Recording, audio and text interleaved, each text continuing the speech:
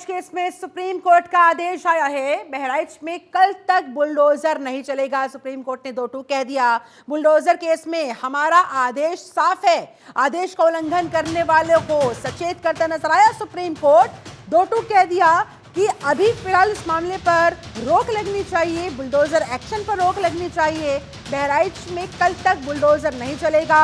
यह आदेश जो supreme court की तरफ से जारी किया गया है उसमें उन्होंने कहा है बुलडोजर केस को लेकर हमने स्थिति पूरी तरह से स्पष्ट कर दी है। आदेश का उल्लंघन अगर कोई करेगा तो वो सचेत रहे। बहराइच केस को लेकर इससे पहले हमने देखा था हाईकोर्ट का भी आदेश आया था। हाईकोर्ट की तरफ से 15 दिनों का स्टे लगा दिया गया था, रोक लगा दी गई थी और अब सुप्रीम कोर्ट ने भी इस पर अपना रिएक्शन दिया है और सुप्रीम कोर्ट की तरफ से कहा गया है कि बुलडोजर केस को लेकर हमारा जो स्टैंड है वो ऑलमोस्ट क्लियर है। इससे पहले भी बुलडोजर एक्शन पर सुप्रीम कोर्ट ने प्रदेश सरकारों को फटकारा था और एक बार फिर बहराइच केस में बुलडोजर एक्शन को लेकर सुप्रीम कोर्ट का ये रिएक्शन सामने आया है, ये आदेश सामने आया है। बहराइच में कल तक बुलडोजर नहीं चलेगा।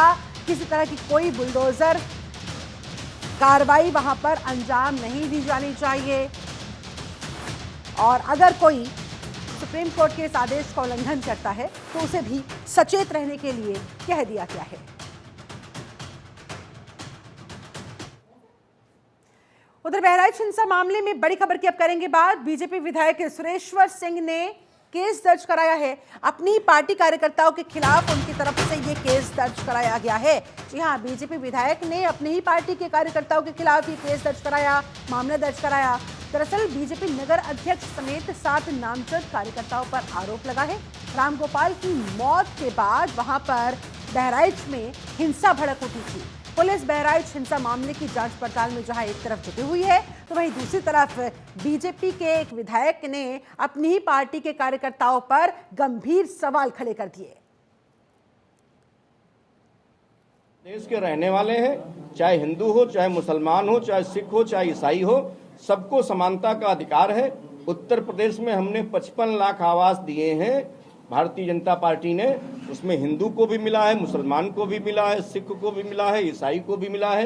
कोई ऐसी बिरादरी नहीं है जो ये नहीं कह सकता। 80 करोड़ लोगों को खाद्यान्न मिल रहा है फ्री में भारत में। उत्तर प्रदेश के 15 करोड़ लोगों को मिल रहा है। सारे धर्म के लोग शामिल हैं।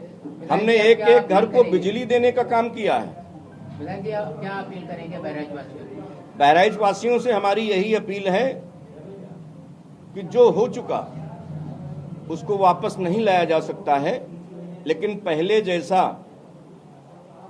हम लोग आपस में सौहार्द बना करके न सिर्फ अपने ही पार्टी के कार्यकर्ताओं पर गंभीर आरोप बीजेपी विधायक की तरफ से लगाए गए हैं बल्कि केस भी दर्ज करवा दिया गया है।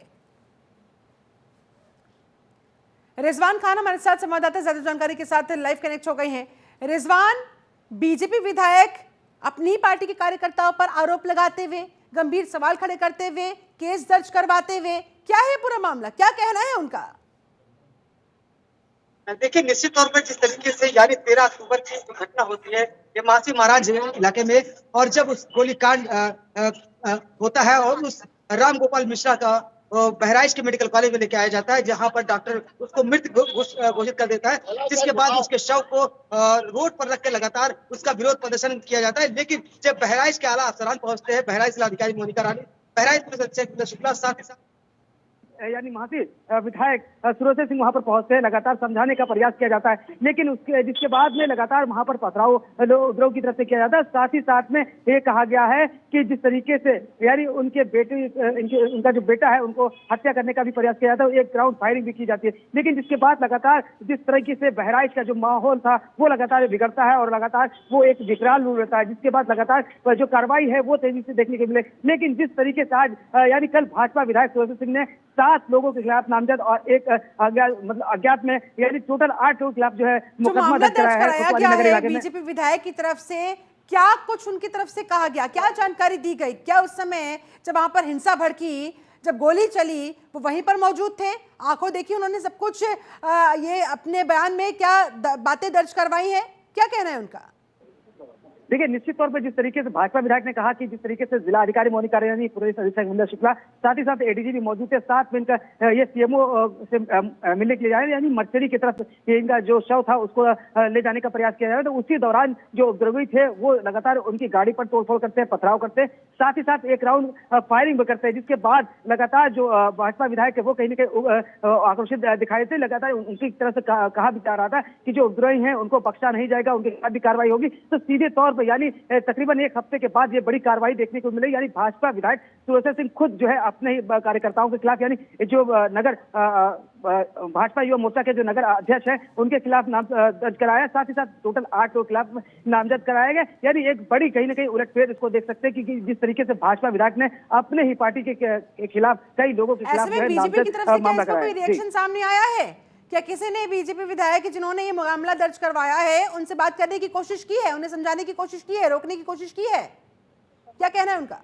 देखिए अभी तो चीजें क्लियर साफ नहीं हो पाई, लेकिन जिस तरीके से भाजपा विधायक ने सुरेश ने कहा कि उत्तर प्रदेश के पूर्व मुख्यमंत्री अखिलेश यादव है, लगातार जिस तरीके से कहा जा रहा था कि उपचुनाव को लेकर जो है ये साजिश भाजपा की तरफ की जा रही है, और बहराइच में जिस तरीके से दंगा फैलाया गया है, यानी उपचुनाव को लेकर के कहीं ना कहीं ये साध रहे हैं। लेकिन जिस तरीके से जो माहौल बिगाड़ने का प्रयास किया गया, जो रामगोपाल मिश्रा को जो गोली लगती है जिसके बाद ये माहौल उग्र हो जाता है, तो लगातार अभी क्योंकि पिक्चर पूरी तरीके से साफ नहीं हो पाई है, और कहीं ना कहीं ये जो भाजपा विधायक है खुद यानी अपनी पार्टी के ऊपर जो है मुकदमा दर्ज करा है। मैं जानना चाह रही हूँ रिजवान, अगर आपकी उनसे बात हुई होगी तो क्या उनके ऊपर किसी तरह का कोई दबाव केस वापस लेने को लेकर, या फिर पार्टी उनके साथ खड़ी हुई नजर आ रही है?